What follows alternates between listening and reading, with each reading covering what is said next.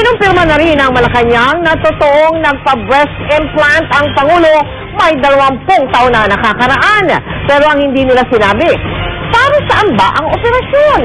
Magkakaiba kasi ang dahilan ng operasyon. Pwedeng dahil sa karamdaman o sa pagpapaganda lang. Nakatutok si Trisha Zafra. Actually, noong 2000 na magpa-breast implant ang artistang si Maui Taylor.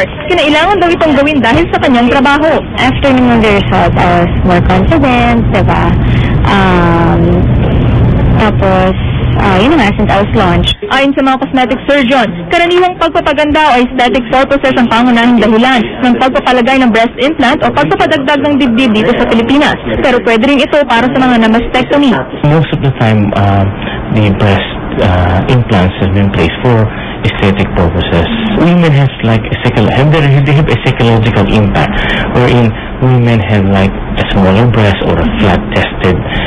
They don't feel good about it.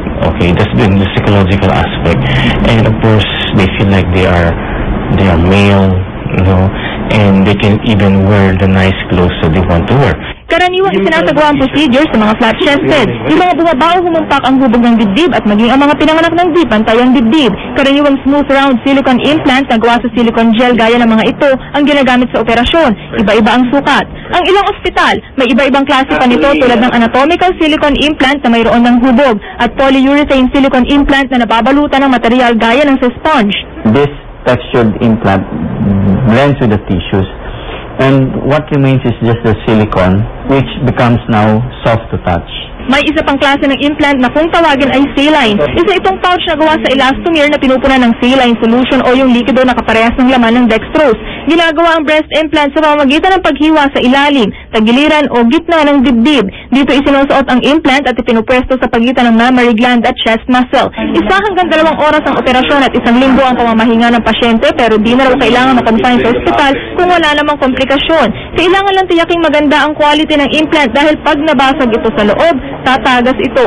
Habang walang problema kung ang saline implant ang tumagas dahil hindi kontra sa katawan ang laman nito. Delikado naman kung sa silicone implant mangyayari ito. You'll have like masses of small pockets of silicone spread all over. Your breast becomes lumpy, no? And then after some time they can become reddish. They have a lot of abscess formations on the breast, and then a lot of pockets wherein they have a lot of wounds. Ayon kay Dr. Enrico Valera, makatutulong din ang implant sa mga tinamaan ng breast cancer na kinailangang tanggalan ng dibdib. Habang may ilan na raw naging pasyente si Dr. Valera na ganito ang kaso, ang mga post-mastectomy breast cancer patient na nadat na namin sa East Avenue Medical Center, kontento na raw kahit kulang na ang hinaharap. Kanya-kanyang paraan na lang para di mahalata ang kanilang dibdib. Lagyan ko ng mga malalambot na mga bimpo, para mapantay sa isa, ikipangat-pangat pag lumalakad ka. Naglalagay ako ng bra, may naglalagay ako ng padding. Nilalagay ako ng laman sa loob para magpantay yung hindi pantay. Pero kung minsan di raw maiwasang kotyain sila. Ako minsan kinamang na ako eh. Wala kayong sandidi mo. Pero kung sila ang tatanungin, hindi na raw nila ito iniintindi. Bukod kasi sa magastos ang breast implant operation, nagkakahalaga ng 120,000 hanggang 200,000, nangangamba rin sila na baka muli silang magkasakit. Trisha Zafra, nakatutok, 24 oras.